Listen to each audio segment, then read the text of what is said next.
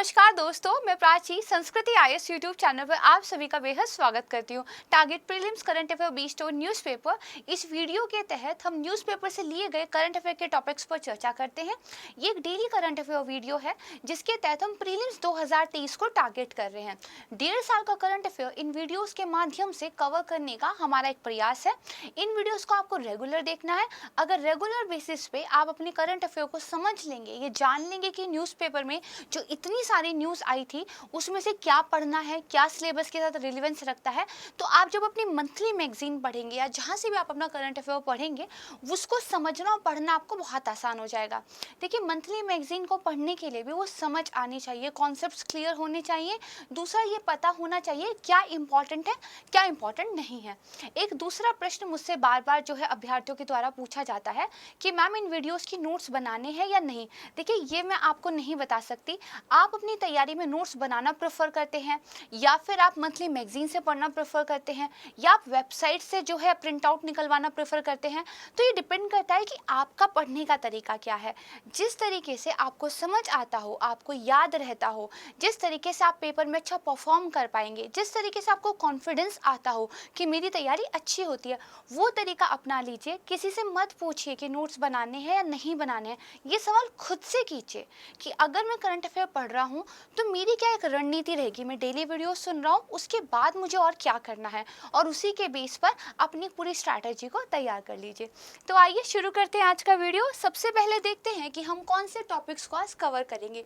काफ़ी इंपॉर्टेंट आज का वीडियो है क्योंकि देखिए, राष्ट्रपति जी का चुनाव का रिजल्ट आया था और जो महामहिम राष्ट्रपति हैं, देश की पहली महिला आदिवासी राष्ट्रपति बनने का सम्मान जो है उन्होंने अर्जित किया है और एक तरीके से देश में बहुत खुशी की लहर है। तो इसकी वजह से न्यूज़पेपर में मोस्टली प्रेसिडेंट इलेक्शन के बारे में ही चीज़ें बताई गई थी। तो न्यूज़पेपर में तो कुछ काम का एज सच नहीं था, लेकिन फिर मैंने क्या किया, जैसे WHO की वेबसाइट है, वर्ल्ड इकोनॉमिक फोरम की वेबसाइट है, इन सबको विजिट किया और यहाँ से जो इम्पोर्टेंट चीज़ें थी जो मुझे लगा एग्जाम के लिए हमें पता होनी चाहिए, उनको मैंने कवर किया है। तो देखिए, हमारा पहला टॉपिक है स्पेस डॉकिंग। स्पेस डॉकिंग बहुत सारी वजह से न्यूज़ में है। एक तो देखिए, इसरो ने आने वाले सालों में उनका क्या एक कार्यक्रम रहेगा। पहले वो गगनयान मिशन लॉन्च करेंगे, चंद्रयान 2 लॉन्च करेंगे, वीनस के लिए वो काम कर रहे हैं, ठीक है। इसके अलावा अंतरिक्ष मानव जो मिशन है उनका, इस पर वो काफ़ी काम कर रहे हैं और एक अंतरिक्ष स्टेशन जो कि भारतीय होगा, इस पर भी वो काम कर रहे हैं। इन सारे मिशन के संदर्भ में एक वर्ड बार बार आता है, वो है स्पेस डॉकिंग।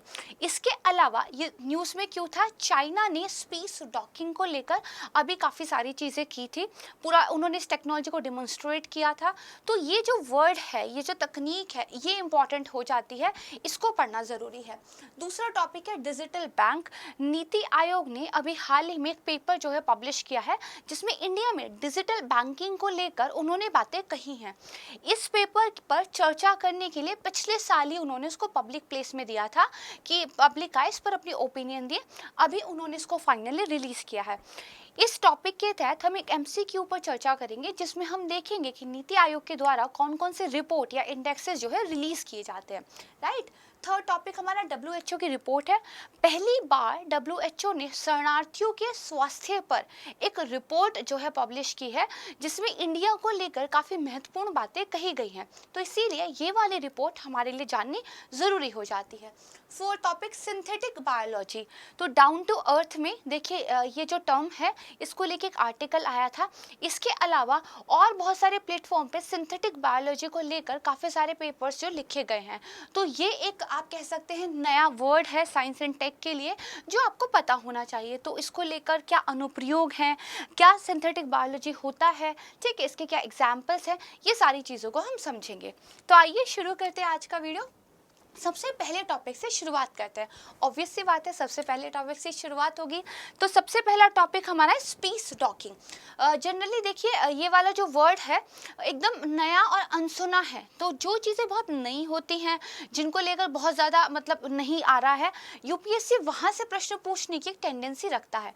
तो कोई भी साइंस एंड टेक में नई टेक्नोलॉजी आई हो, नया वर्ड आया हो, वो पढ़ना आपके लिए इम्पॉर्टेंट हो जाता है। यहाँ पर देखिए, Gaganyaan abort mission this year, solar और लूनर मिशंस इन 2023। ठीक है, इसरो की तरफ से बताया गया था कि किस साल में हम किस मिशन पर जो है काम करेंगे और कब हम किसको लॉन्च करेंगे। तो गगनयान अबॉर्ट मिशन की जब बात होती है, इसी के तहत स्पेस डॉकिंग वर्ड की भी बात होती है। अबॉर्ट मिशन के बारे में हम पहले पिछली वीडियोस में ऑलरेडी कवर कर चुके हैं। अभी मैं एक लाइन में आपको समझा देती हूँ। जब अंतरिक्ष यान में मानवों को भी भेजा जाएगा, एक अंतरिक्ष मानव मिशन भारत जो है करने वाला है, तो मान लीजिए कोई खराबी आ जाए, यान में कोई प्रॉब्लम हो जाए, तो मिशन को अबॉर्ट करके उन जो अंतरिक्ष यात्री हैं उनको सेफली जो है ट्रांसफर कर दिया जाए दूसरे यान में, उनको सेफली वापस ले आया जाए। तो ये क्या, इनका मिशन अबॉर्ट मिशन का एक विजन है।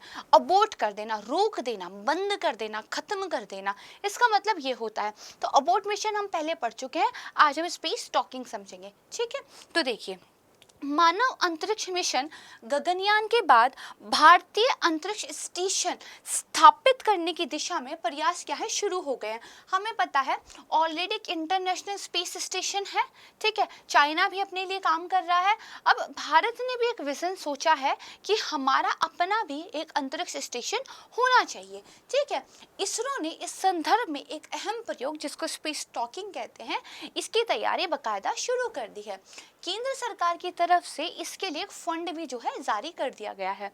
तो देखिए, स्पेस टॉकिंग होता क्या है, अगर एक लाइन में समझना हो तो जो लाइन हाईलाइट है उसको ध्यान से समझिए। दो अंतरिक्ष यान भेजकर उसे अंतरिक्ष में जोड़ने का परीक्षण होगा। स्पेस डॉकिंग का इतना सा ही मतलब है, दो यान आपने अंतरिक्ष में भेजे और उनको जोड़ दिया। ठीक है, तो देखिए कई बार क्या होता है, मान लीजिए अंतरिक्ष, हम अगर बात करें स्पेस स्टेशन की, ठीक है, अंतरिक्ष स्टेशन की भी अगर हम बात करें तो अपने आप में क्या है, बहुत बड़ा है, तो उतने बड़े को रॉकेट के द्वारा एक साथ पहुंचाना मुश्किल हो सकता है। तो हम क्या कर सकते हैं, एक ये तरीका हो सकता है कि हम पार्ट्स को जो है भेज दें अंतरिक्ष में, फिर उन पार्ट्स को आपस में जोड़ दें और जोड़ के फिर एक स्ट्रक्चर बना दें। तो ये जो पार्ट्स को जोड़ने का, दो यान को जोड़ने का, दो अंतरिक्ष यानों को आपस में मिलाने का जो ये प्रयोग है, यही स्पेस डॉकिंग है। बस बेसिक यही है। अब इसके बाद कुछ चीज़ें और देखते हैं। अगर इस परीक्षण को सफलतापूर्वक हम कर लेते हैं तो इससे हमें जो तकनीक हासिल होगी, जो टेक्नोलॉजी हमें मिल जाएगी, उससे एक तो मानव मिशन भेजने में हमें हेल्प मिलेगी और भविष्य में भारतीय अंतरिक्ष स्टेशन डेवलप करने में भी हमें काफ़ी हेल्प मिलेगी। ठीक है, हालांकि इस तकनीक का जो अंतिम उद्देश्य है वो दरअसल एक अंतरिक्ष यान से दूसरे अंतरिक्ष यान में अंतरिक्ष यात्रियों को स्थानांतरित करना है। जैसे गगनयान मिशन के संदर्भ में ही स्पेस डॉकिंग क्यों यूज हो रही है, मैंने आपको बताया अबॉर्ट मिशन। अबॉर्ट मिशन यानी कि अगर मान लीजिए इस यान में कोई खराबी हो गई, इस यान में कुछ आग लग गई, जब आप कहते हो ना पृथ्वी के वायुमंडल से जब घर्षण के साथ होता है तो कई बार आग लग जाती है, राइट। तो अगर उस यान को, उस मिशन को अबॉर्ट करना पड़ जाए तो यात्री कहाँ जाएंगे। देखिए, वहाँ तो आप ऐसे नहीं रह सकते, आपके लिए तो एक रिस्ट्रिक्टेड वातावरण होना जरूरी होता है जो किसी यान के अंदर ही होता है।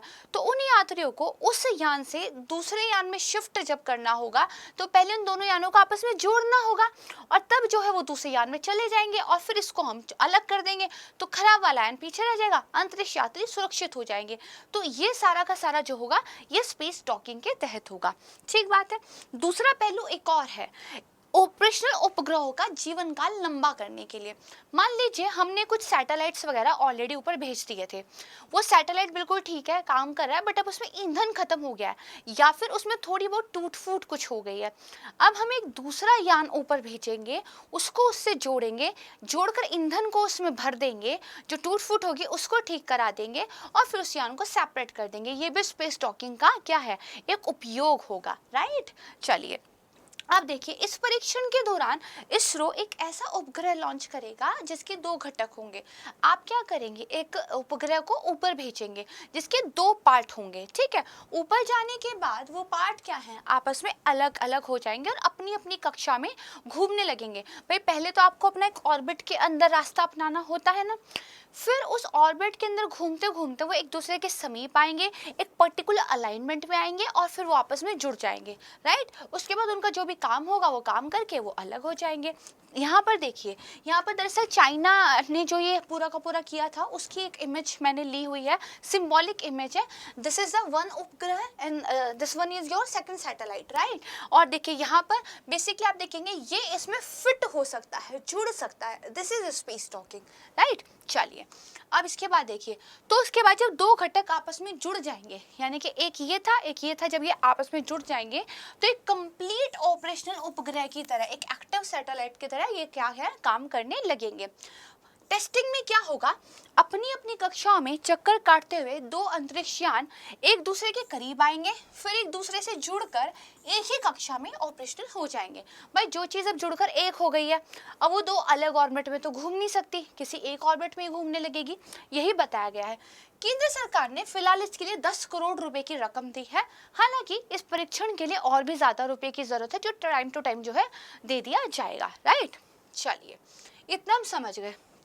अब जब इन दो चीज़ों को आपस में जोड़ना है तो चुनौतियां भी तो होंगी ही। दो आदमियों को जोड़ना इतना मुश्किल हो जाता है ना, दो देशों को जोड़ना इतना मुश्किल हो जाता है, तो फिर इनको जोड़ना भी मुश्किल होगा ही। चुनौती क्या है, देखिए मान लीजिए ये एक आपका ऑर्बिट है, दूसरा ये ऑर्बिट है, इसके अंदर ये एक सैटेलाइट आपकी घूम रही है, this is your second satellite, right. अब इनको अगर जोड़ना है तो इसका मतलब ये कुछ इस स्थिति में आनी चाहिए, राइट। और इस स्थिति में आने के लिए लेकिन ये लगातार घूमती रहती है, ऐसा तो होगा नहीं रुक जाएगी, रुकी एक जगह हो गई, ये लगातार घूमती रहेंगी। तो जब ये घूमती रहती है, एक तो ये इनकी एक दूसरे से जो सापेक्षिक कोणीय स्थिति होगी, इनके अलाइनमेंट होगी, मान लीजिए ये ऐसे है ये ऐसे है, जोड़ना इनको ऐसे है, तो इनकी अलाइनमेंट एक तो सापेक्षिक रूप से क्या एकदम सटीक होनी चाहिए। जैसे पिछले पिक्चर में देखते हैं कि भैया ये वाली जो अलाइनमेंट है इन दोनों की, ये बिल्कुल फिक्स होगी, तभी तो ये पार्ट्स जो है आपस में जाके जुड़ेंगे। अगर थोड़ा भी ऊपर नीचे रह गया तो जुड़ेगा ही नहीं, है ना, फिक्स ही नहीं होगा। तो पहली चुनौती तो ये है कि भैया जो सापेक्षिक कोणीय झुकाव है वो बेहद सटीकता के साथ संरेखित होना चाहिए। दूसरा, इन जब ये लगातार घूम रहे हैं तो इनका वेग भी क्या है, लगभग शून्य होना चाहिए एक दूसरे के सापेक्ष, यानी कि ये इसके सापेक्ष बिल्कुल इसी की स्पीड में चल रहा हो, है ना, दोनों बिल्कुल समान स्पीड पे चल रहे हो, तो एक दूसरे के सापेक्ष वेग समान होना चाहिए, राइट। दूसरा क्या है, इनके जो एक दूसरे के सापेक्ष स्थिति है ना, वो एकदम जीरो हो, यानी कि बीच में कोई अंतर ना हो, जैसे ये है वैसे ही होगा, एकदम शून्य, एकदम बिना अंतर के। तो ये चुनौती है। दूसरी चुनौती ये है कि ये प्रक्रिया पूरी तरह से स्वचालित है, पूरी की तरह से क्या है, रोबोटिक है। मैनुअल अगर कोई चीज़ होती है तो उसको हम फिर भी थोड़ा इधर उधर करके कर लेते हैं, अगर कोई चीज़ ऑटोमेटिक हो रही है तो जब तक वो बिल्कुल सटीक एकदम प्रिसीजन के साथ नहीं होगी तो उसमें थोड़ी मुश्किलें रहती हैं। तो ये कुछ चुनौतियां हैं, इनको भी ध्यान रखिएगा, राइट। अब मैंने आपको जो भी समझाया इसके बेस पर एक प्रश्न आपने हल करना है, ठीक है। मैंने आपको 2 स्टेटमेंट दी हुई है, आप इन पर विचार कीजिए। पहला कह रहा है कि जो स्पेस टॉकिंग है वो भविष्य में स्वदेशी अंतरिक्ष स्टेशन के मार्ग को क्या है, प्रशस्त करेगा। बिल्कुल सही बात है, ऐसा करेगा, है ना। फिर ये कह रहा है कि 2 अंतरिक्ष यान को जोड़ने के लिए जो टारगेटेड और चेंजर अंतरिक्ष यान है इसमें जोड़ना है, इसको इसमें लेकर आना है, यानी कि ये टारगेटेड है ये चेंजर है, तो ये टारगेटेड और चेंजर ये जो दोनों अंतरिक्ष यान है इनकी सापेक्ष स्थिति तो शून्य होनी चाहिए, बीच में कोई अंतर नहीं होना चाहिए, लेकिन ये वेग पर निर्भर नहीं करता है ना, स्पीड पर निर्भर नहीं करता है। एक चल रहा हो 100 किलोमीटर पर आवर से, दूसरा चल रहा हो 50 किलोमीटर पर आवर से, क्या वो जुड़ पाएंगे, नहीं जुड़ पाएंगे, है ना। तो वेग पर तो जरूर निर्भर करता है। तो इसका मतलब यहाँ पर ये जो 2 लाइनें दी हैं कि सापेक्षिक स्थिति शून्य होनी चाहिए, यहाँ तक ये ठीक है, लेकिन जब वेग पर निर्भर नहीं करता ये लाइन बोल दी तो ये गलत हो गया, राइट। तो ये क्या आपका स्टेटमेंट गलत हो गया। यहाँ पर पूछा गया कौन सा सही है, तो हमारा केवल पहला स्टेटमेंट सही है, इसलिए हमारा आंसर ए हो जाएगा, राइट। चलिए अच्छे से समझ में आ गए? आप लोग जो कमेंट करते हैं ना मैम साइंस टेक पढ़ा दीजिए, तो स्पेशल क्लासेस भी होंगी जब आपका प्रीलिम्स आने वाला होगा, तब हम आपको क्या है स्पेशल क्लासेस कराएंगे। साइंस एंड टेक की अलग, इकोनॉमिक्स की अलग, एनवायरनमेंट की अलग, है ना, वो टाइम पे होगा। अभी लेकिन इन वीडियोस के थ्रू आपको polity, science and tech, environment, art and culture, जिस भी चीज़ का टॉपिक करंट अफेयर में है वो पढ़ाया जा रहा है, तो इसको पढ़ लीजिए। हर एक चीज़ को अलग अलग देने से अच्छा है रोज़ाना जो न्यूज़ में है उसको पढ़ लीजिए, तो हर सब्जेक्ट आपका प्रिपेयर हो रहा है। ठीक बात है ना? चलिए अब देखते हैं सेकंड टॉपिक, डिजिटल बैंक। देखिए, NITI Aayog moves licensing regulatory framework for digital banks. है क्या न्यूज़? देखिए, नीति आयोग ने digital bank a proposal for licensing and regulatory regime for India, इस शीर्षक से, इस नाम से एक रिपोर्ट जो है जारी की है। रिपोर्ट क्या किस लिए है? डिजिटल बैंक की लाइसेंसिंग और नियामक व्यवस्था के लिए। उसमें एक रोड मैप बताया है। नीति आयोग ने ये कहा है भाई इंडिया में डिजिटल बैंकिंग लेके आने की ज़रूरत है।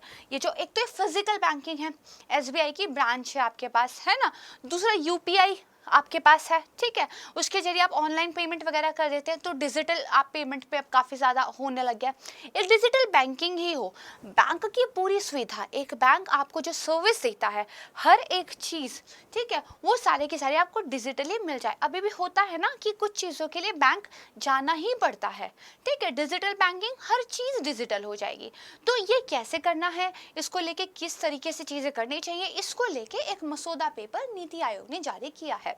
ठीक बात, आइए देखते हैं। पिछले साल दरअसल नीति आयोग ने सेम इस चीज पर एक पेपर जो है जारी करके उस पर क्या है टिप्पणियां मांगी थी। वीडियो के स्टार्टिंग में मैंने बताया था। इस मसौदे के अंदर नीति आयोग ने ये कहा है कि भारत अब ओपन बैंकिंग के लिए तैयार है। ओपन बैंकिंग क्या है मैं पहले भी पढ़ा चुकी हूँ। जैसे यूपीआई है, आपको ना पेटीएम पे निर्भर रहने की ज़रूरत है, ना गूगल पे ना ही फ़ोन पे। अगर आपकी एक यूपीआई आईडी है तो आप आईसीआईसी से एसबीआई में, एसबीआई से पेटीएम में, पेटीएम से गूगल पे में कहीं भी पैसा ट्रांसफ़र कर सकते हैं। You don't have to depend on one single source, right. This is क्या है, एक ओपन बैंकिंग है, एक ओपन सोर्स चीज़ जो है गवर्नमेंट ने आपको दे दी है। उसके जरिए आप अलग अलग माध्यमों में भी जो है चीज़ें कर सकते हैं, किसी एक पे आपको डिपेंड नहीं रहना पड़ेगा। तो नीति आयोग ने ये कहा है कि भारत जो है अब एक ओपन बैंकिंग सिस्टम के लिए तैयार है, एक डिजिटल बैंकिंग सिस्टम के लिए तैयार है। इसके लिए उन्होंने कुछ एग्जाम्पल्स दिए, जैसे कुछ महत्वपूर्ण मैंने रिपोर्ट में से निकाले हैं। जो यूपीआई है उसकी सफलता को बताते हुए रिपोर्ट ने कहा है कि जो आधार ऑथेंटिफिकेशन है वो लगभग 55 लाख करोड़ से अधिक हो गया है। आधार ऑथेंटिफिकेशन इतने लोगों का हो गया है। यूपीआई जो लेन देन है वो 4 लाख करोड़ रुपए से अधिक का पहुंच गया। इतना ज़्यादा पैसा हम जो लेन देन कर रहे हैं वो यूपीआई के माध्यम से कर रहे हैं। तो इनके बेस पर नीति आयोग ने कहा भैया ओपन बैंकिंग सिस्टम के लिए India is ready, we have enough technologies, ठीक है, we have enough mindsets, right.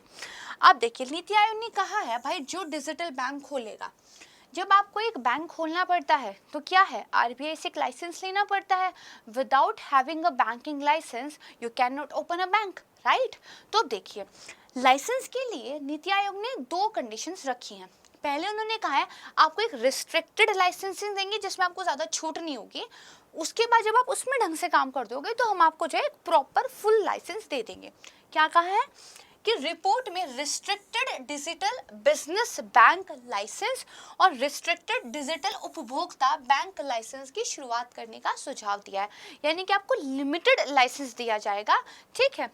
उस लिमिटेड लाइसेंस के बाद जब जो आवेदक है जब उसको ये लाइसेंस प्राप्त हो गया लिमिटेड वाला, रिस्ट्रिक्टेड वाला, वो एक नियामक सैंड बॉक्स में सूचीबद्ध होता है और सैंड बॉक्स में डिजिटल बिजनेस बैंक या डिजिटल उपभोक्ता बैंक के रूप में परिचालन शुरू कर देता है। सैंड बॉक्स नियामक क्या है, ये मुश्किल समझते हैं। देखिए सैंड बॉक्स दरअसल एक बड़ा सा ऐसे बॉक्स होता है जैसे बाथटब होता है ना जिसमें पानी भर के मतलब स्नान वगैरह लोग करते हैं। पता नहीं आम जिंदगी में करते हैं नहीं, मूवीज में तो करते हैं। खैर तो देखिए, एक क्या है, एक ऐसे बॉक्स होता है, इस पूरे बॉक्स में रेत भरी होती है, सैंड भरी होती है। अगर बच्चे को हमने मिट्टी से परिचय कराना है, बट हम उसको बीमारियों से, बैक्टीरिया से भी बचाना चाहते हैं, और बच्चे को हम कहते हैं कि भैया आप खेलना भी सीखो, तो इस सैंड बॉक्स में छोटे बच्चों को, 2 साल, 2.5 साल, 3 साल के बच्चों को छोड़ दिया जाता है। वो इस मिट्टी वाले बॉक्स में प्रॉपर खेलते रहते हैं।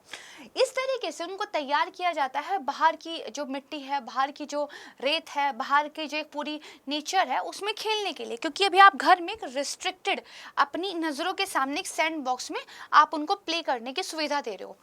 ये वर्ड सैंड बॉक्स फिनेंस में बहुत ज़्यादा पॉपुलर हो गया है। कैसे? जैसे मान लीजिए आपने कोई नई ऐप बनाई, ठीक है, पेटीएम, फ़ोन पे से भी बेटर आपने एक ऐप बनाई, उस ऐप को सीधे आम लोगों के लिए आप जारी कर दें और बाद में पता चले कि ये फेलियर हो गई है, ये सुधारना है, तो आपकी ऐप से लोगों का विश्वास हट जाएगा। जैसे गवर्नमेंट ने अग्निवीर स्कीम जारी की, बाद में उन्होंने कहा अच्छा डिग्री दे देंगे, अच्छा ये कर देंगे। अगर इस पे पहले ही पूर्ण बातचीत कर ली होती, पब्लिक की ओपिनियन ले ली होती, तो जो चीज़ उन्होंने बाद में घोषणा करके धीरे धीरे बताई हैं, वो शुरू में ही स्कीम के साथ लेकर आते, तो मे बी जनता का उस पर विश्वास बनता। तो इसी तरीके से जब आप कोई ऐप बनाते हैं, कोई नया प्रोडक्ट लॉन्च करते हैं, फिनेंस का कोई नई सर्विस बनाते हैं, तो आप उसको सैंड बॉक्स इन्वायरमेंट में पहले टेस्ट करते हैं। लिमिटेड लोगों पे आप उनको टेस्ट करते हैं, जैसे फीडबैक मिलती है, जो आपको ठीक करना रहता है उसमें आप अपनी ऐप सुधारते हैं, देन उसको आप जो है पब्लिक के लिए रिलीज कर देते हैं। बहुत बेसिक और बहुत प्यारी कॉन्सेप्ट है, समझ में आ गई होगी, राइट। तो इसी तरह से नीति आयोग ने भी कहा है, जब आपको लिमिटेड वाला लाइसेंस मिलेगा तो आपको एक नियामक सैंडबॉक्स में, एक रेगुलेटरी सैंडबॉक्स बनाएंगे, उसमें सूचीबद्ध रहना होगा, वहां पर जो है आप अपना जो है बैंक चलाएंगे। सैंडबॉक्स में लाइसेंसधारी अगर प्रॉपर अपनी परफॉर्मेंस करेगा, संतुष्टि होगी, तब उसको प्रतिबंधों में ढील दी जा सकती है। तब उसको कहेगा अच्छा ठीक है, आपको बहुत सारी रेगुलेशंस के तहत काम करना पड़ रहा था, अच्छा कर रहे हो, चलो अब आप पे रूल्स रेगुलेशन कम हो जाएंगे, ठीक है। पूंजी की आवश्यकता कितनी होगी? तो नीति आयोग ने कहा है कि डिजिटल बिजनेस बैंक के लिए जब आप प्रतिबंधित चरण में काम करेंगे तो 20 करोड़ रुपए की आवश्यकता होगी। जब आप सैंड बॉक्स से बाहर आकर कंप्लीट अपना बिजनेस करने लग जाएंगे तो आपको 200 करोड़ रुपए जो है चाहिए होंगे, ठीक है। इसको याद रखने की जरूरत नहीं है, जब सरकार नियम ले आएगी कि भैया आपको इस चीज़ का लाइसेंस लेना है, इतने आपको करोड़ की पूंजी कैपिटल की जरूरत है, इसको तब याद करेंगे। फिलहाल सैंडबॉक्स का कॉन्सेप्ट याद हो, नीति आयोग ने पेपर रिलीज किया है, ये आपको पता हो, डिजिटल बैंक, ओपन बैंक की कॉन्सेप्ट आपकी क्लियर हो, बस इतना ही। यही देखिए फायदा होता है आपकी वीडियोस को सुनने का। मैगजीन में सिर्फ लिख दिया जाएगा सैंडबॉक्स नियामकीय ढांचा, उसको एक्सप्लेन नहीं किया जाएगा। ओपन बैंक बस लिख दिया जाएगा, एक्सप्लेन नहीं किया जाएगा। तो आप पढ़ तो लेंगे, आपको लगेगा पढ़ लिया करंट अफेयर, अब तो मुझे सब तैयार हो गया है, लेकिन फिर वो क्वेश्चन नहीं बनते। क्यों? क्योंकि कॉन्सेप्ट्स नहीं क्लियर हुई हैं। बहुत छोटी छोटी फंडामेंटल कॉन्सेप्ट्स क्लियर करने के लिए क्वालिटी वीडियोस को देखना जरूरी है, जहाँ पे भी आपको ठीक लगे, है ना, ठीक है। अब देखिए, ये हमने समझ लिया। अब क्वेश्चन क्या है कि इनमें से कौन सी रिपोर्ट या सूचकांक ऐसा है जो नीति आयोग के द्वारा जारी किया जाता है। इंडिया इनोवेशन इंडेक्स, ये 21 एक्चुअली लास्ट आया था, लिख भी मान भी सकते हैं, नहीं भी मान सकते हैं, ठीक है। बात क्या है, आपने ध्यान रखना, इंडिया इनोवेशन इंडेक्स, स्वस्थ राज्य प्रगतिशील भारत स्वास्थ्य सूचकांक, राष्ट्रीय बहुआयामी गरीबी सूचकांक, भारत ऊर्जा डैशबोर्ड और निर्यात तैयारी सूचकांक। ऑप्शंस है 1 2 2 3 4 1 4 5 1 2 3 4 5, राइट।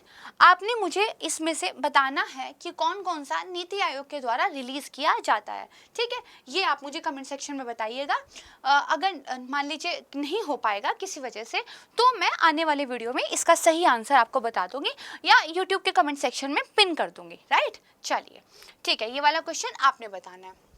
अब हम चलते हैं अपने थर्ड टॉपिक की तरफ। क्या है? शरणार्थियों और प्रवासियों के स्वास्थ्य पर रिपोर्ट। यहाँ पर देखिए, ये यूनाइटेड नेशन का एक होम पेज है जहाँ से मैंने ये न्यूज़ निकाली है। WHO calls for the action to provide migrant and refugees health care, right. क्या कंटेक्स्ट है? शरणार्थियों और प्रवासियों के स्वास्थ्य को लेकर WHO द्वारा जारी की गई है पहली रिपोर्ट, ठीक है। इसमें कहा गया है कि दुनिया में 8 में से 1 व्यक्ति प्रवासी है। अगर 8 लोग दुनिया में रह रहे हैं तो उनमें से 1 व्यक्ति प्रवासी है, वो जहाँ का है वहाँ नहीं रह रहा, कहीं और रह रहा है। और देखा जाए तो दुनिया की करीब 1 अरब आबादी प्रवासी है, ठीक है। अगर एक बात बताइए, 8 में से एक प्रवासी है तो 8 मान लीजिए हमारी बिलियन की आबादी है, 1 बिलियन मतलब क्या है, प्रवासी है, 1/8 हो गया, सिंपल मैथ्स है, राइट। चलिए अब देखिए यहाँ पर क्या बताया गया है, India among top 3 host countries to of international migrant refugees and asylum seekers in South East Asia region in 2020। ये किसने कहा, यूनाइटेड नेशन ने कहा है, 20 जुलाई की ये न्यूज़ है। इसका मतलब क्या हुआ, 2020 के अंदर अगर दक्षिण पूर्व एशिया क्षेत्र की बात करें तो भारत टॉप की 3 कंट्रीज में से एक है जिसने प्रवासियों को, शरणार्थियों को अपने यहाँ जगह दी है। और फिर वो कहते हैं कि आप शरणार्थियों को ह्यूमैनिटेरियन बेसिस पे अपने यहाँ रखते नहीं है, भारत ही तो सबसे ज्यादा रख रहा है। ठीक है, तो देखिए रिपोर्ट ने ये कहा है कि भारत नंबर 2 पे बांग्लादेश और नंबर 3 पे थाईलैंड, इन 3 कंट्रीज के प्लीज नाम याद कर लीजिएगा। इन्होंने दक्षिण पूर्व एशिया क्षेत्र में क्या है, टॉप 3 की वो कंट्रीज हैं जिन्होंने सबसे ज्यादा प्रवासियों को और शरणार्थियों को क्या है, शरण दी है। अगर भारत की बात की जाए तो भारत में कितने, इतने जो हैं, लंबी सी एक मैथ्स है आपकी, ठीक है, अंतर्राष्ट्रीय प्रवासी है। मैं इसलिए नहीं बोल रही हूँ क्योंकि ये याद नहीं रखना है, ठीक है, मैंने हाईलाइट बस इसलिए किया है कि आपको एक आइडिया लग जाए, याद नहीं रखना है। और आबादी का हमारी कुल 0.4% क्या है, वो शरणार्थी है। देखिए इस तरह का डेटा कभी भी यूपीएससी आपसे याद रखने की अपेक्षा नहीं रखता है, आपको बस एक आइडिया होना चाहिए कि अच्छा क्या था। ठीक है, कई बार आपको कुछ डाटा याद होना चाहिए जो आप मीन्स में कोट कर सके, मीन्स के आंसर राइटिंग में लिख सके, डाटा के पीछे ज़्यादा नहीं भागना है। जो बहुत इंपॉर्टेंट है वो याद अपने आप धीरे धीरे हो जाएगा क्योंकि वो बार बार न्यूज़ में आएगा, बार बार हमारी तरफ से आपको तैयार करा दिया जाएगा। समझने पर ज़्यादा फोकस रखना है, ठीक है। चलिए इसके अलावा देखिए ये जो शरणार्थी हैं, ठीक है, दुनिया में इतने ज़्यादा, ये ज़्यादातर लोग जा कहाँ रहे हैं, तो उत्तरी अमेरिका की ओर देखिए पलायन हो रहा है, नॉर्थ अमेरिका की ओर। अधिकतर जो है या तो अमेरिका के ही अन्य हिस्सों से या फिर एशिया में भी चीन, भारत और फिलीपींस से जाने वाले लोग हैं जो उत्तरी अमेरिका में या तो प्रवास के लिए जा रहे हैं, शरण के लिए जा रहे हैं। ठीक है, रिपोर्ट कहती है कि 2020 में सबसे अधिक प्रवासन अमेरिका में हुआ, याद कर लीजिएगा, ठीक है, अमेरिका में हुआ और कुल प्रवासियों में 18% जो है लोग वहां गए। अगेन इस डाटा को हम नहीं बोलेंगे क्योंकि हमें याद नहीं रखना है, लेकिन हमें ये याद रखना है सबसे ज्यादा प्रवासन कहाँ हुआ, अमेरिका में। किन कंट्रीज से हुआ, चीन, भारत, फिलीपींस से सबसे ज्यादा हुआ। अब यहाँ पर देखिए अगेन एक न्यूज़ आई थी कुछ दिन पहले न्यूज़पेपर में, जो हमने कवर नहीं की थी क्योंकि मुझे पता था कि वो आने वाले टाइम में मैं कवर कर लूँगी, इसीलिए मैंने आपको कहा था ये मत सोचिएगा कि आपका कोई करंट अफेयर छूट गया है। मैं क्योंकि रेगुलर वीडियोस लेके आ रही हूँ, मैं कंटेंट बनाती हूँ, लगातार न्यूज़पेपर पढ़ती हूँ, तो मुझे पता है कि मैंने क्या पढ़ा दिया है, क्या रह गया है, तो वो मैं कवर करा दूंगी आने वाले टाइम में, तो इसके लिए निश्चिंत रहिएगा, मेरी जिम्मेदारी है। तो देखिए अभी एक न्यूज़ आई थी कि मानसून सत्र देखिए चल रहा है, संसद के 3 सत्र होते हैं, तीनों हम पढ़ चुके हैं पिछली वीडियोस में। तो केंद्र सरकार ने पार्लियामेंट को ये बताया कि हर साल औसतन 1.5 लाख लोग भारत की नागरिकता छोड़ रहे हैं, भारत की नागरिकता छोड़ रहे हैं, इंडियन सिटीजनशिप वो लीव कर दे रहे हैं, कहीं और की सिटीजनशिप ले रहे हैं। हर साल कितना, 1.5 लाख लोगों का ये आंकड़ा है। और भारत की जो नागरिकता छोड़ने वाले लोग हैं वो सबसे ज्यादा अमेरिका में बस रहे हैं, ठीक बात है। तो देखिए अमेरिका ने भी हाल ही में बहुत सारे भारतीय लोगों को अपने यहाँ की सिटीजनशिप दी है। कुछ टाइम पहले H1B1 वीजा वाला न्यूज़ में था कि जो है अमेरिका उस पर रोक लगा था। अब देखिए अमेरिका की नीति में चेंज आ रहा है और वो ज़्यादा से ज़्यादा भारतीयों को अपने यहाँ रहने की परमिशन दे रहे हैं। कहीं ना कहीं ये भारत की उभरते हुए कद को, एक बढ़ती हुई ताकत को भी दिखाता है, क्योंकि अमेरिका जैसी एक डेवलप्ड कंट्री, इंडिया जैसी एक डेवलपिंग कंट्रीज के लोगों को अपने यहाँ रख रही है ना, जबकि कंट्रीज दूसरे देश के लोगों को रखना नहीं चाहते हैं जनरली। चलिए अब एक डाटा देख लेते हैं कि किस साल देखिए कितने लोगों ने भारत की नागरिकता छोड़ी है। न्यूज़पेपर का ये मैंने एक डाटा आपके सामने लिया है। तो 21, 20 और 19, ठीक है, 19 में करीब इतने थे, फिर करीब 85,000 हो गए, 21 में देखिए 1,63,000 हो गए, जो कि सर्वाधिक है। ठीक है, तो इसको थोड़ा सा मीन्स में यूज कर सकते हैं या इस तरह का एक मीन्स का क्वेश्चन बन सकता है। अच्छा इस बारे में सोचिएगा कि क्या वो रीजंस हो सकते हैं जिनकी वजह से अभी भारत के ज़्यादा से ज़्यादा नागरिक भारतीय नागरिकता छोड़ रहे हैं। It can be a very important question for your upcoming exam, right. चलिए नेक्स्ट देखते हैं, मनी ऑर्डर लेने वालों में भी भारत पहले नंबर पे है। देखिए मनी ऑर्डर का जमाना कम हो गया है, डिजिटल पेमेंट है, चुटकी में आप इधर से उधर पैसा भेज सकते हैं, राइट। स्टिल मनी ऑर्डर भेजे जा रहे हैं और उसमें भी इंडिया पहले नंबर पे है और ये भी इसी रिपोर्ट के एक हिस्से के रूप में बताया गया है। तो WHO की जो रिपोर्ट है वो ये कहती है कि डॉलर के रूप में विदेशों से मनी ऑर्डर करने वाले प्राप्त करने वाले जो शीर्ष 5 देश हैं वो भारत, चीन, मैक्सिको, फिलीपीन और मिस्र है। अच्छा अब देखिए, आपको लगेगा WHO वर्ल्ड हेल्थ ऑर्गेनाइजेशन, विश्व स्वास्थ्य संगठन, ये मनी ऑर्डर को लेके तो रिपोर्ट क्या ही देगा। तो प्रीलिम्स में स्टेटमेंट आ गया, आपको लगा WHO मनी ऑर्डर कोई मतलब ही नहीं है, गलत कर दिया। लेकिन नहीं, चीज़ें याद करनी है, हर जगह कॉमन सेंस नहीं। हाँ, कॉमन सेंस बहुत ज़रूरी है बट हर जगह नहीं, पढ़ना ज़्यादा ज़रूरी है। तो देखिए मनी ऑर्डर को लेके भी WHO की रिपोर्ट में डाटा दिया गया है। ठीक है, भारत 2021 में 87 अरब डॉलर, अगेन डाटा नहीं याद रखना है, के साथ निम्न और मध्यम आय वाले देशों की श्रेणी में शीर्ष पर था, टॉप पर था। डाटा को छोड़कर बाकी ये पूरी लाइन क्या है, इंपॉर्टेंट है, याद रखनी है। ठीक है, अगर सोर्स की बात करें तो अमेरिका से जो है सबसे ज़्यादा पैसा भारत आया है। वो लोग जो छोड़ के अमेरिका जा रहे हैं वो लगता है वहाँ का पैसा यहाँ बेच रहे हैं, अच्छी बात है। चलिए, इसके बाद जो है संयुक्त अरब अमीरात, सऊदी अरब और स्विट्जरलैंड का स्थान जो है आता है। ठीक है, ध्यान रख लीजिएगा। तो आपके सामने कुछ इंपॉर्टेंट फैक्ट्स आए, उनको आपने क्या है याद रखना है। अब आइए इससे संबंधित एक प्रश्न पर विचार करते हैं। जो भारतीय संविधान है, इंडियन कॉन्स्टिट्यूशन है, वो भारतीयों को दोहरी नागरिकता रखने की अनुमति नहीं देता है। दोहरी नागरिकता क्या होती है? देखिए बहुत सारी कंट्रीज ड्यूअल सिटीजनशिप को मान्यता देती हैं। कैसे? क्या आप अमेरिका के नागरिक हो? बहुत अच्छी बात है। आप अगर चाहते हो इंग्लैंड की भी सिटीजनशिप लेना, ले सकते हो, हमें कोई दिक्कत नहीं है। ठीक है, लेकिन इंडिया में अगर आप भारत के नागरिक हो तो किसी दूसरे देश के नागरिक आप नहीं बन सकते। अगर बनना है तो भारतीय नागरिकता को छोड़ना पड़ेगा। ठीक है, तो इसका मतलब स्टेटमेंट क्या होगी? ये सही हो गई कि इंडियन कॉन्स्टिट्यूशन में ड्यूअल सिटीजनशिप को मान्यता नहीं दी है।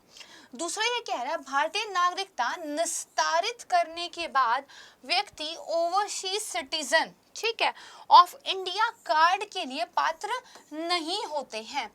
मान लीजिए किसी ने भारतीय नागरिकता छोड़ दी, मान लीजिए मैं नागरिकता नहीं छोड़ने वाली हूँ, मुझे अपना देश बहुत प्यारा है।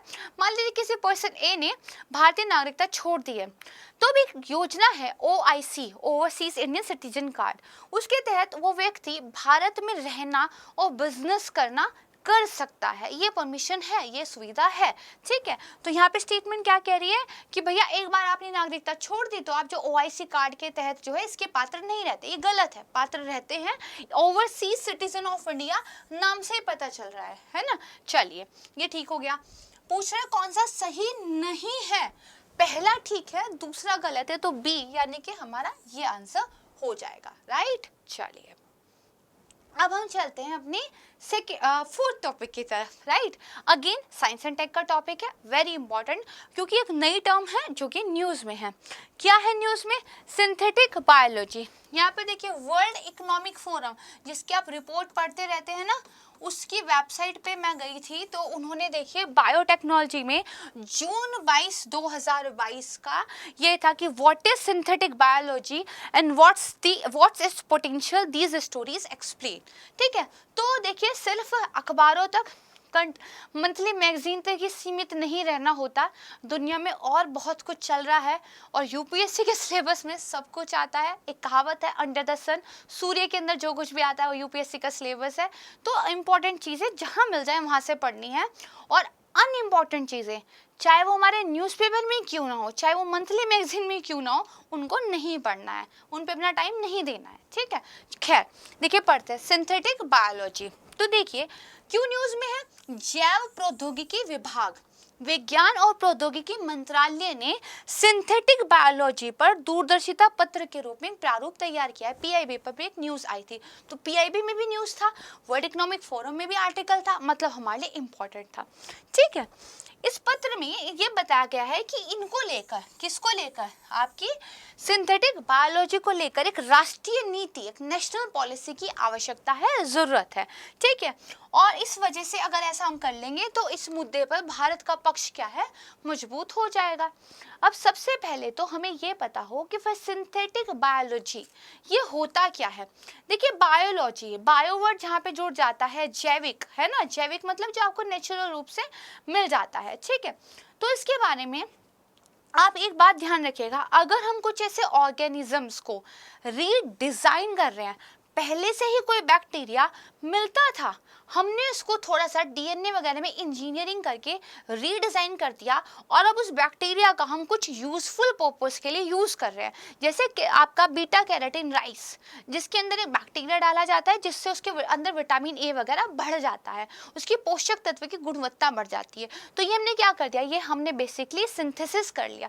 देखिए सिंथेसिस वर्ड जो है ना, इसका लिटरल मीनिंग होता है बनाना, कुछ चीज जो है खुद से लैब में बनाना, है ना। जैसे सिंथेटिक कपड़ा, जो जैसे कॉटन क्या है, आपका नेचुरल फाइबर है, जूट क्या है, नेचुरल फाइबर है, नेचर में मिलता है।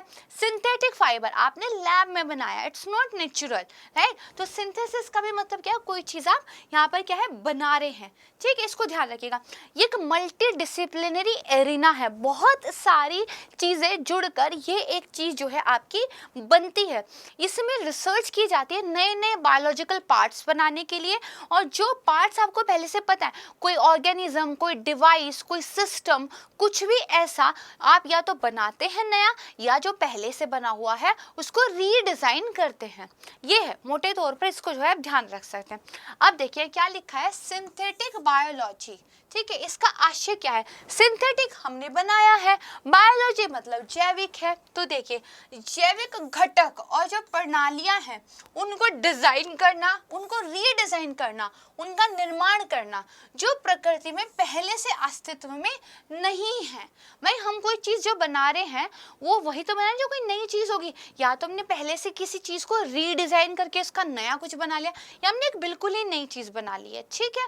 तो क्या करना है, प्रकृति जो जैविक घटक है उनको डिजाइन, रीडिजाइन या निर्माण करना है, ठीक है। जैविक घटक ये कीवर्ड है। आइए इसके अनुप्रयोग क्या क्या हैं, कहाँ कहाँ यूज होता है। तो जैव उपचार में, बायो रेमेडिएशन में, मान लीजिए आपकी मिट्टी खराब हो चुकी है, प्रदूषित हो चुकी है, आपका जल प्रदूषित हो चुका है, उसका अगर आप ट्रीटमेंट करें, कुछ आपने ऐसे बैक्टीरिया वगैरह बनाए हैं जो पानी के अंदर जाके प्रदूषकों को कंज्यूम कर लेते हैं, पानी आपका क्लीन हो जाता है। तो ये भी क्या है कि आपका जो बायोसिंथेसिस है इसका ही अनुप्रयोग है। दूसरा क्या है, बायोसेंसर और स्वास्थ्य। बायोसेंसर्स देखिए कई बार होता है ना कि मान लीजिए जो हमारे प्रदूषण है अगर वो है तो उसकी वजह से कोई चीज़ उगती नहीं है, या फिर कोई चीज़ ज़्यादा उग जाती है, तो इसका मतलब हमें बायोसेंसर जो है पता चल रहा है, राइट। हेल्थ को लेकर बहुत सारी चीज़ें, ठीक है। कई बार हम ऐसी अभी बहुत सारी ऐसी नई चीज़ें बन रही हैं जो जैविक है, लेकिन उनकी वजह से आपकी हेल्थ की कंडीशन कैसी है ये जान लिया जाता है। जैसे बायोसेंसर आधारित उपचार है, विशेष रोगजनक जो है उनको लक्षित करने के लिए संशोधित बैक्टीरिया, कोई वायरस आपकी बॉडी में खराब है उसको टारगेट करने के लिए आपने कोई नई चीज बना दी जो उस पर्टिकुलर चीज को खा लेती है, खत्म कर देती है, ठीक कर देती है, ठीक है। फिर फूड फोर्टिफिकेशन, ठीक है, आपने खाने में अलग से वैसे न्यूट्रिशन मिला दिए जिससे उस खाने की पोषक तत्वों की मात्रा बढ़ गई। ये सारे क्या है, आपके बायोसिंथेटिक जो है उसके अनुप्रयोग है, उसके यूज हैं, ठीक है, ये ध्यान रखिएगा। तो यहाँ पे मैंने आपको बताया था कि मल्टी डिसिप्लिनरी है। तो देखिए बायो इन्फॉर्मेटिक्स, डीएनए वगैरह के बारे में सारी जानकारी जो होता है, molecular biology, microbiology, agriculture, chemistry, engineering science, physics, computer science, ये सब जब मिल जाता है तो बेसिकली सिंथेटिक बायोलॉजी में उसका यूज होता है। These all things are included in this, right. चलिए ये समझ गए। अब देखिए इसका जब उपयोग होगा तो चिंताएं भी तो होंगी ही। हर चीज जो अपने फायदों के साथ आती है उसके नुकसान भी जरूर होते हैं। तो बायो सेफ्टी, बायो मतलब जैविक, सेफ्टी मतलब सुरक्षा। जैविक चीजों के लिए कहीं ये असुरक्षित तो नहीं, मनुष्यों के लिए, नेचर के लिए, फ्लोरा फ्यूना के लिए कहीं ये असुरक्षित तो नहीं। तो मनुष्यों में एलर्जी हो सकती है, एंटीबायोटिक प्रतिरोध पैदा हो सकता है, प्रतिजैविक प्रतिरोध वेरी इंपॉर्टेंट, कैंसर का रीजन बन सकती है, टॉक्सिसिटी वगैरह बन सकती है। भाई हमारी बॉडी के अंदर मान लीजिए कैंसर को खत्म करने के लिए कोई पर्टिकुलर चीज बना के डाली थी, भाई कैंसर तो खत्म हुआ या नहीं हुआ वी डोंट नो, बट हो सकता है कोई एलर्जी हो गई हो, कुछ और ही बन गया हो, कुछ टॉक्सिसिटी बन गई हो सकता है ना। तो बायो सेफ्टी से जुड़ी हुई चिंताएं हैं। फिर बायो सिक्योरिटी से जुड़ी हुई चिंताएं, जैविक हथियार विकसित हो सकते हैं, है ना। इसके अलावा देखिए खतरनाक जैविक अभिकारकों या जैविक प्रौद्योगिकी जो है उनका क्या है, दुर्भावनापूर्ण अनुचित यूज हो सकता है। कहते हैं ना कोरोना वायरस चीन की लैब से निकला। I didn't mention the fact, हम कह नहीं सकते बट हाँ ये कहा जाता है, ये हो सकता है, राइट। चलिए इसके बाद देखिए मानव यूजोनिक्स, इससे संबंधित नैतिक चिंताएं हैं। मानव eugenics, again this is a very important keyword for the prelims and your ethics paper also. Science and tech सिर्फ प्रीलिम्स के लिए ही नहीं पढ़ना, GS3 के लिए नहीं पढ़ना, एथिक्स में भी अब ये पढ़ना पड़ जाता है। देखिए मानव यूजोनिक्स क्या है, ऐसे DNA, ऐसे जीन इंजीनियर करना जिनसे आप अपनी पसंद का एक बच्चा बना सके। मुझे मेरा बच्चा गोरा चाहिए, नीली आंखों वाला चाहिए, बहुत एथलेटिक्स टाइप का चाहिए, तो मैं इस तरह के DNA उसके जीन्स में इंजीनियरिंग कर दूं। तो इसकी क्या नैतिक समस्याएं, कैसे, एक लाइन में बता देती हूँ, डिटेल में पढ़ेंगे कभी। जैसे जो अमीर हैं वो अपने बच्चों को और बेहतर बनवा लेंगे, लेकिन जो गरीब हैं वो अपने बच्चों पे ये सब नहीं करवा सकते, वो पिछड़े हैं और पिछड़ जाएंगे। तो मानव यूजोनिक्स, बायोसिंथेटिक का यूज करके इसको बढ़ावा मिल सकता है, तो इसकी अपनी अलग नैतिक चिंताएं हैं, है ना। ये देखिए क्या है इसका मतलब, भविष्य की पीढ़ियों को बेहतर बनाने के लिए वांछित अनुवांशिक विशेषताओं का चयन करना, राइट। तो ये आप समझ गए। अब इस पे क्वेश्चन देख लेते हैं। आपको 3 स्टेटमेंट दी गई हैं।